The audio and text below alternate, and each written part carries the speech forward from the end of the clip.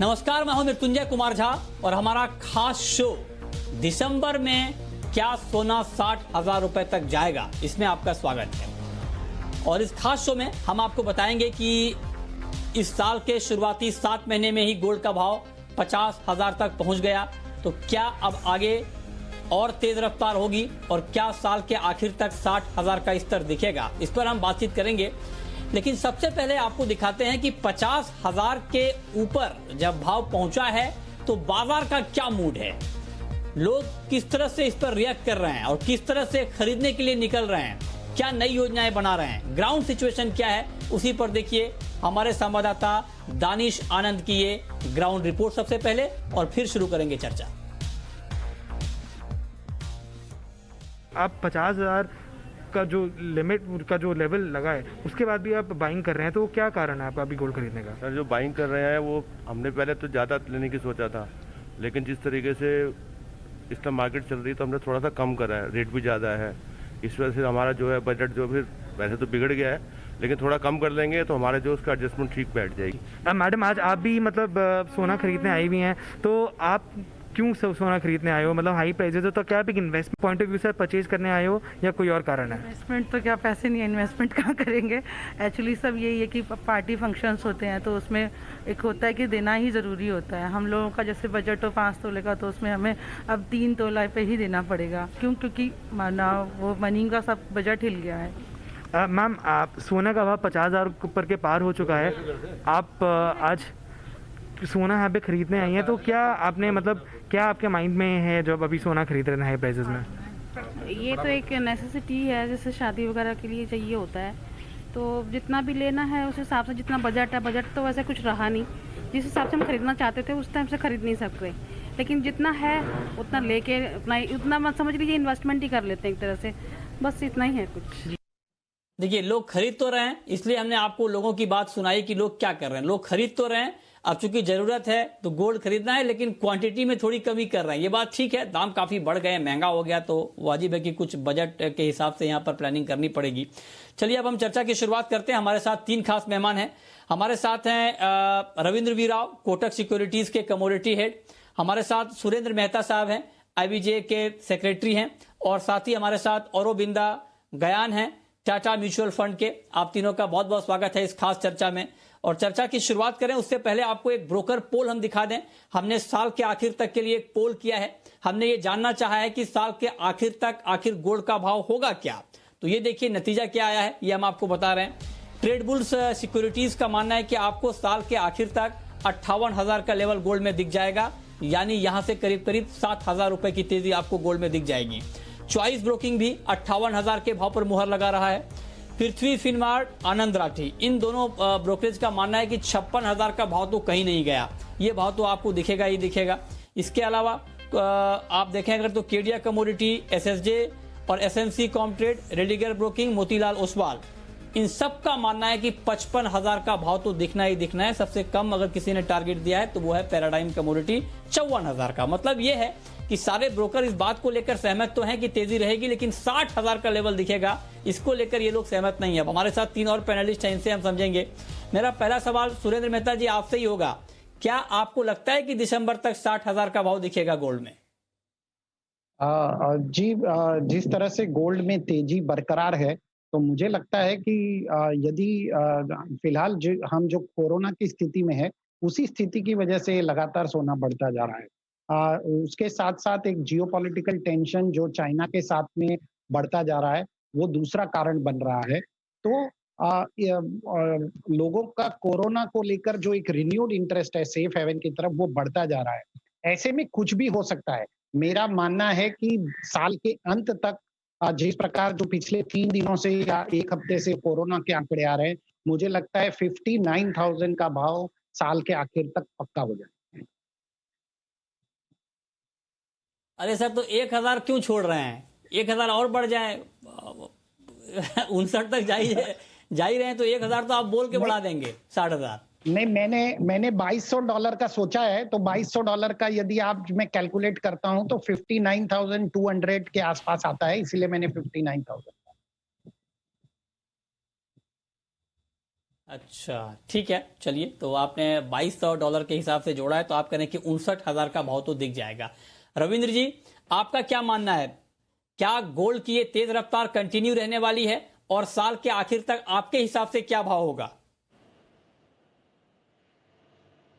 बहुत optimistic target है मेरे हिसाब से मृत्युंजय, क्योंकि गोल्ड में अगर हम देखें तो 2020 स्टार्ट से लेके अभी तक ऑलरेडी गोल्ड में अराउंड 10,000 रुपीज़ का एक अप मूव आ चुका है। और इंटरनेशनल स्पेशली कॉमेक्स गोल्ड देखें तो $19-20 का मेरे हिसाब से बहुत ही स्ट्रांग रेजिस्टेंस है, जो कि 2011 का हाई है। आई थिंक यहाँ पर हम बहुत ही अच्छा प्रॉफिट बुकिंग देख सकते हैं गोल्ड में। और जैसे सुरेंद्र जी ने बताया कि ये जो गोल्ड में जो बढ़त आई है, ये वायरस सिचुएशन से मेजरली आई है, प्लस यूएस चाइना टेंशन भी है बैकग्राउंड में।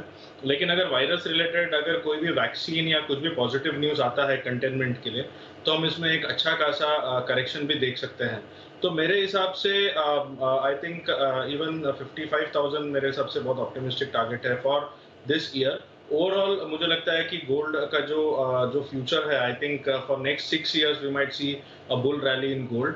लेकिन इस साल के अंत तक मुझे लगता है कि at the max gold can go up till 52,000 odd levels.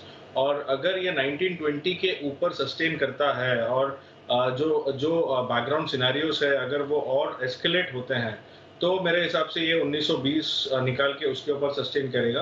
Otherwise I think 1920 is what I am looking at. उसके ऊपर अगर निकलता है तो मेरा व्यू चेंज हो जाएगा। Otherwise I think 1920 should be the max. Okay, ठीक है, तो ये एक विस्तृत जानकारी आपके लिए कि गोल्ड का प्राइस आगे होगा क्या। चलिए, अब हम चलते हैं अपने एक और खास मेहमान के पास, और हमारे साथ औरोबिंदा गयान हैं। सर, पहले तो आप ये बताएं, पहले आप हमारे लिए अरविंद हुआ करते थे, गोल्ड बढ़ा तो बढ़ा, आपने अपना नाम क्यों बढ़ा लिया, इतना कठिन नाम कर लिया है औरोबिंदा गयान? कुछ खास वजह इसकी, अरविंद जी, अपने नाम को ऑल्टर करने के पीछे? जी नहीं, एक्चुअली स्पेलिंग वाइज अगर देखें तो नाम वही है, लेकिन हम इतने साल से जुड़े हुए हैं आप लोगों के साथ, और अरविंद जो कॉमन फिनोमिना हो गया था तो सब अरविंद ही बुलाते थे, तो मुझे कोई दिक्कत नहीं था। लेकिन अभी सेबी के पॉइंट ऑफ व्यू से अगर देखेंगे तो एग्जैक्ट नेम होना बहुत जरूरी है, तो इसीलिए। हाँ, ये बात सही है। पता चला आप अरविंद नाम से कुछ बोल के निकल गए, आपको सेबी ढूंढता रहा, वहां पता चला आप अलग नाम से घूम रहे हैं, औरोबिंदा नाम से। ठीक बात है। चलिए, अब सर मैं आपसे पूछना चाहता हूं, क्योंकि हमें पता चला कि आप प्राइस के बारे में बात नहीं करेंगे, तो क्या जो फंडामेंटल हैं गोल्ड के, वो 60,000 के लिए सपोर्टिव हैं क्या? मतलब मैं ये आपसे प्राइस के बारे में नहीं पूछ रहा हूं, मैं ये पूछना चाह रहा हूं कि 60,000 अगर मार्केट जाता है तो क्या जो फंडामेंटल मार्केट के अभी हैं या फिर जो आगे होने वाले हैं वो सपोर्टिव होंगे क्या? देखिए, एक चीज मैं जरूर बताना चाहूंगा, जो अभी दोनों गेस्ट हमारे बात किए कि ये साल का जो सिनेरियो है, अगर हम 2011 का सिनेरियो के साथ जोड़ेंगे, कुछ फैक्टर डेफिनेटली सेम है। 2011 में हमको ग्लोबल फाइनेंशियल क्राइसिस देखा, तभी हमने देखा कि इंटरेस्ट रेट काफी नेगेटिव हो गए थे और डॉलर प्राइस नीचे आ गए थे। Gold as a currency hedge जैसा यूज किया गया था, काफी इन्वेस्टमेंट गोल्ड में भी इंटरेस्ट आया था। ये साल में अगर देखें तो डिफरेंस क्या है, जो एक अनसिस्टमिक रिस्क जो हमको किसी को भी ध्यान नहीं था 4 महीना पहले कि ऐसा एक पैंडेमिक आएगा और लॉकडाउन सिचुएशंस आएगा जो पूरा इकोनॉमी को सिचुएशंस पूरा बदल के रखेगा। तो पहला चीज है कि 2011 और 2020 में जो डिफरेंस है वो है एक है वो पैंडेमिक सिचुएशन, जो which is a very different scenario. और वो इस तरह का सिचुएशन में टिपिकली इन्वेस्टर्स ये देखते हैं कि सबसे सेफेस्ट बेट कहाँ पे है, क्या मैं इक्विटी में इन्वेस्ट करूं, क्या मैं म्यूचुअल फंड में इन्वेस्ट करूं, क्या मैं करेंसी में इन्वेस्ट करूं या गोल्ड में करूं। तो जब ये लास्ट रिसॉर्ट देखते हैं कौन सा एसेट क्लास सबसे सेफ हो सकता है, तो ये बन जाता है गोल्ड। तो इसीलिए गोल्ड में इस हिसाब से हमने इन्वेस्टमेंट काफी हद तक देखने को मिल रहा है। और मुझे लगता है कि आगे जाकर के इन्वेस्टमेंट इंटरेस्ट जो है गोल्ड में, इन्वेस्टर्स ग्लोबली चाहे हो या इंडिया में, इंडियन पर्सपेक्टिव से अगर बात करें तो मेरे ख्याल से इन्वेस्टर्स की इंटरेस्ट जो है अभी गोल्ड में या गोल्ड रिलेटेड कोई और इंस्ट्रूमेंट्स या मान लीजिए सिल्वर में भी, एक प्रीशियस मेटल में एक सेफ अपील के हिसाब से इंटरेस्ट रहेगा। तो वो एक मेजर फैक्टर हो गया। अनदर फैक्टर मैं बताना चाहूँगा कि अगर ग्लोबली सेंट्रल बैंक्स के बैलेंस शीट अगर देखेंगे, काफी सेंट्रल बैंक्स अभी गोल्ड में भी इन्वेस्टमेंट करके उसको एसेट बढ़ाने देखने को मिल रहा है। एंड ये मे भी शायद हो सकता है कि डी डॉलराइजेशन का एक कॉन्सेप्ट हो सकता है कि डॉलर से बाहर आओ और गोल्ड में भी काफी इन्वेस्ट किया जाए as part of central bank is concern. तो मेरे ख्याल से सेंट्रल बैंक्स की बाइंग और इन्वेस्टर्स के बाइंग और गोल्ड को एक करेंसी हेज जैसा भी माना जा सकता है। जैसे हम बात करते हैं efficacy of gold is just like a currency hedge. तो 3-4 नया फैक्टर अगर हम अभी देखते हैं, जो नया फंडामेंटल्स आए हैं अभी, वो 2011 से अगर हम कंपेयर करते हैं तो मेरे ख्याल से ये कुछ नया सिचुएशन आया है। और सिचुएशन को अगर देखें, अगर 6 महीना 1 साल ऐसा चलते रहा सिचुएशन, तो मेरे ख्याल से जिस हिसाब से आपने प्राइस टारगेट दे रहे हो सकते हैं वो अचीवेबल हो सकते हैं। लेकिन ये साल का 2020 का जो फंडामेंटल्स है, काफी फंडामेंटल्स सेम है 2011 या 2008 के साथ, लेकिन ये साल का जो एक्सक्लूसिविटी पॉइंट्स, जो 1-2 पॉइंट मैंने अभी बताया, वो फंडामेंटल्स मेरे ख्याल से मार्केट को इन्वेस्टर्स का एक इंटरेस्ट बना के रखेगा। और जिसके चलते हुए कोई भी इन्वेस्टमेंट एवेन्यू में gold as a part of the investment asset class should be always there, चाहे म्यूचुअल फंड में हो, चाहे ईटीएफ में हो, या कोई भी एवेन्यूज में अगर देखें, ठीक समझ गया मैं। ठीक है इन्वेस्टमेंट में होना जरूरी। हाँ, ओके, ये बहुत ही महत्वपूर्ण बात अरविंद ने कही है कि जो 2008 में हालात थे और जो 2011 में हालात थे, उसके बाद जो अभी 2020 में हालात बने हैं, बाकी हालात तो सेम हैं, लेकिन इसमें 2-3 ऐसे नए हालात ऐड हुए हैं जो गोल्ड को और नई ऊंचाइयों पर लेकर जा सकता है। तो 2 बात तो अब तक चर्चा में हो गई।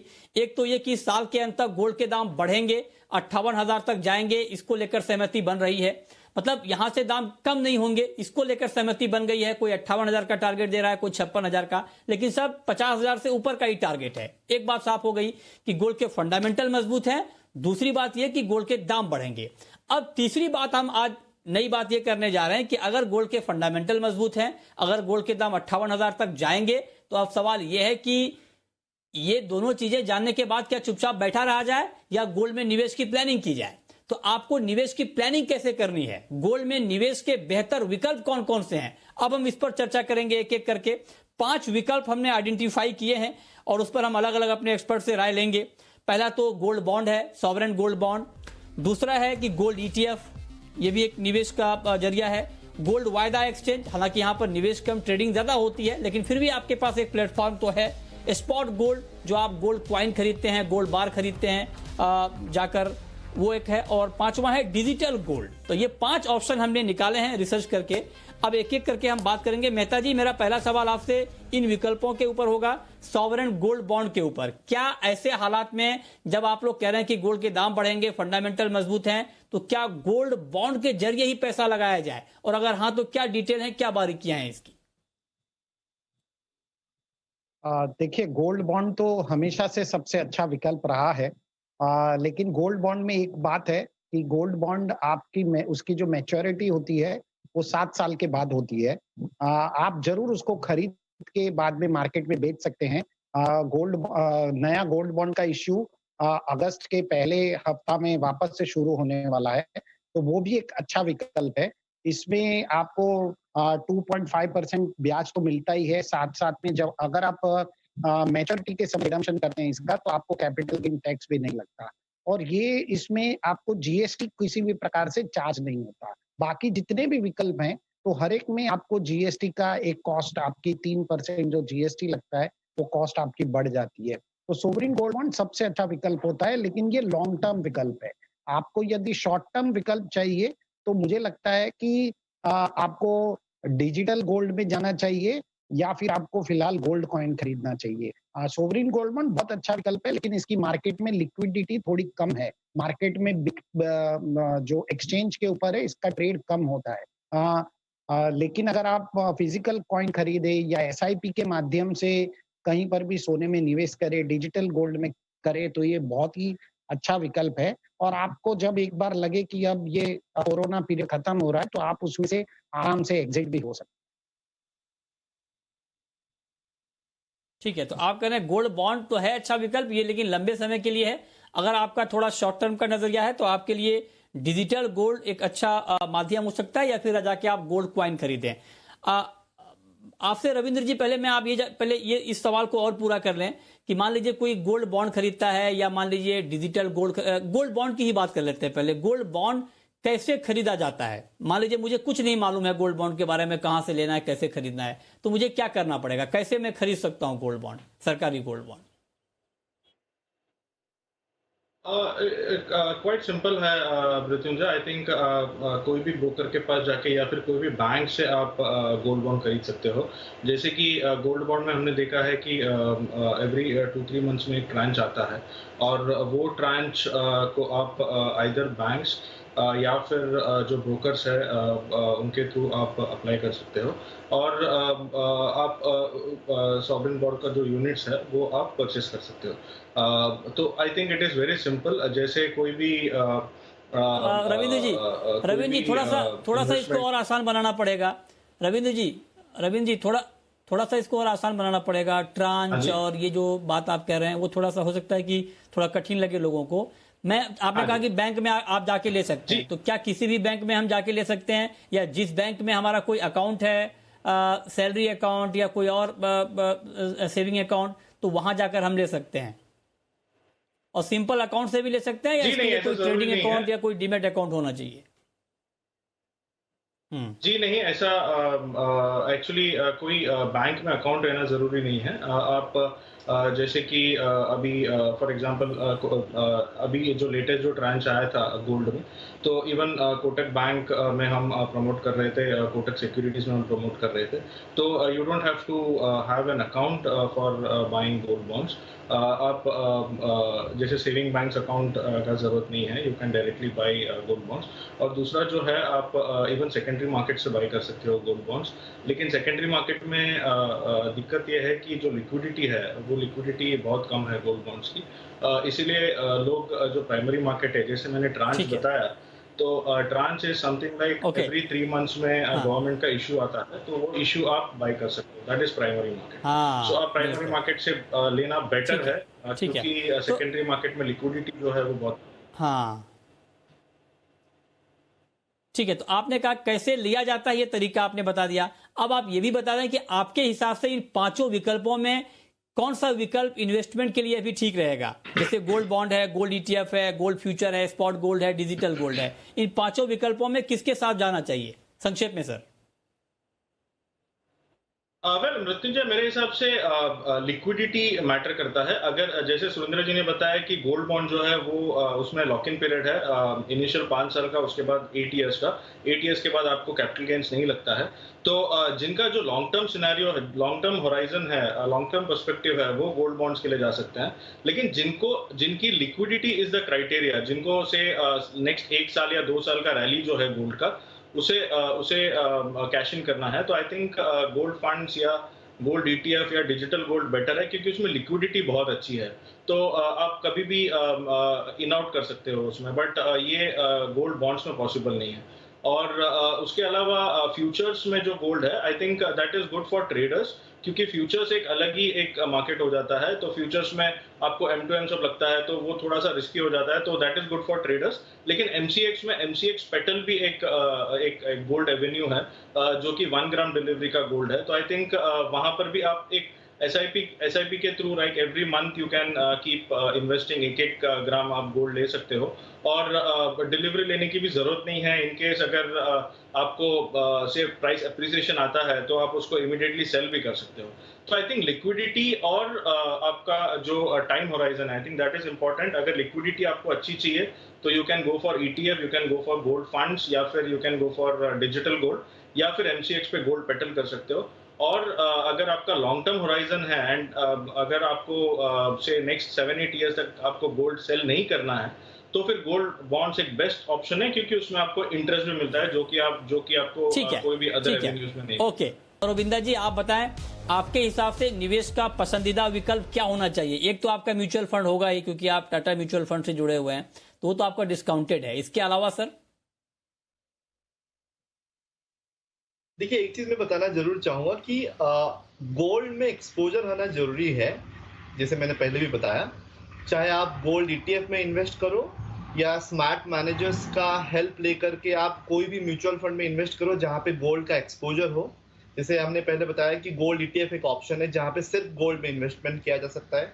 मान लीजिए कोई दूसरा हाइब्रिड फंड्स ले लीजिए म्यूचुअल फंड्स कैटेगरी के अंदर, जहां पे कमोडिटी डेरिवेटिव्स यूज किया जा सकता है और वहां पे मान लीजिए गोल्ड डेरिवेटिव्स भी यूज कर सकते हैं, तो उस तरह का फंड में भी गोल्ड पार्टिसिपेट कर सकते हैं। और कोई भी इन्वेस्टर्स को अगर गोल्ड रिलेटेड कोई भी स्कीम्स में अगर इन्वेस्टमेंट करना हो तो मेरे ख्याल से आज की डेट पे इंडिया में सेबी के रेगुलेशंस आने के बाद 2-3 जगह एक अपॉर्चुनिटीज मिलता है। एक हो गया गोल्ड ईटीएफ में हम इन्वेस्ट कर सकते हैं, दूसरा हो गया हम हाइब्रिड फंड में मल्टी एसेट फंड्स में जहाँ पे गोल्ड डेरिवेटिव्स को भी इस्तेमाल किया जा सकता है और उसमें गोल्ड ईटीएफ भी इन्वेस्टमेंट कर सकते हैं। तो ये 2 ऑप्शंस जो मैं ज़्यादा इंपॉर्टेंस दूंगा कि कहीं पे भी इन्वेस्टमेंट किया जा सकता है। उसके अलावा बाकी जो इन्वेस्टमेंट एवेन्यू हमने अभी बात किया, जैसे मान लीजिए अभी सोवरेन गोल्ड फंड का बात किए या गोल्ड स्पॉट का बात किए या ऑनलाइन ट्रेडिंग प्लेटफॉर्म जिसमें गोल्ड बाई किया जा सकता है, वो सारे प्लेटफॉर्म्स बहुत मायने रखते हैं। लेकिन जैसे रविंदर जी भी क्लियर कट बताएं कि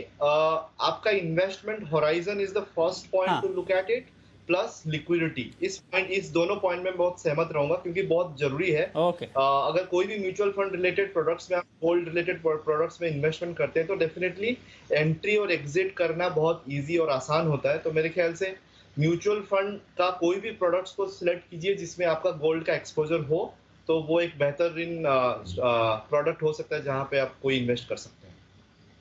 जी ओके, बहुत शुक्रिया अरविंदा जी आपका, सुरेंद्र मेहता जी आपका और रविंद्र जी आपका हमारे साथ इस खास चर्चा में जुड़ने के लिए और बताने के लिए कि साल के आखिर तक गोल्ड का प्राइस क्या हो सकता है, फंडामेंटल कैसे हैं और निवेश किस तरह से गोल्ड में अभी किया जा सकता है। बहुत बहुत शुक्रिया आप तीनों का इस खास चर्चा में शामिल होने के लिए। तो फिलहाल इस खास पेशकश में इतना ही, छोटा सा ब्रेक और ब्रेक के बाद भी खबरें लगातार जारी हैं। नमस्कार।